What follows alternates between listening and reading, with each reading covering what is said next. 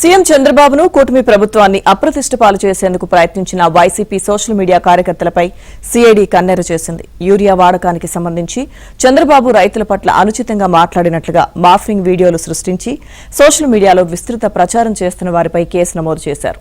ఈ వీడియోలను నెల్లూరుకు చెందిన వైసీపీ సోషల్ మీడియా కార్యకర్త భరత్ సృష్టించాడు.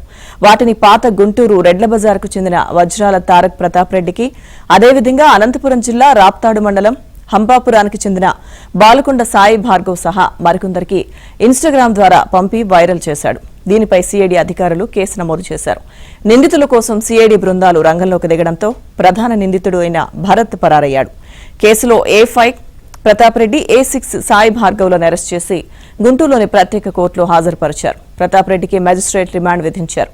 A6 సాయి భార్గవ్ పోలీసులు తనను కొట్టారని మెజిస్ట్రేట్కు ఫిర్యాదు చేశాడు. దీంతో అతడి స్టేట్మెంట్ రికార్డు చేసి వైద్య పరీక్షల నిమిత్తం జీజీహెచ్కు పంపారు.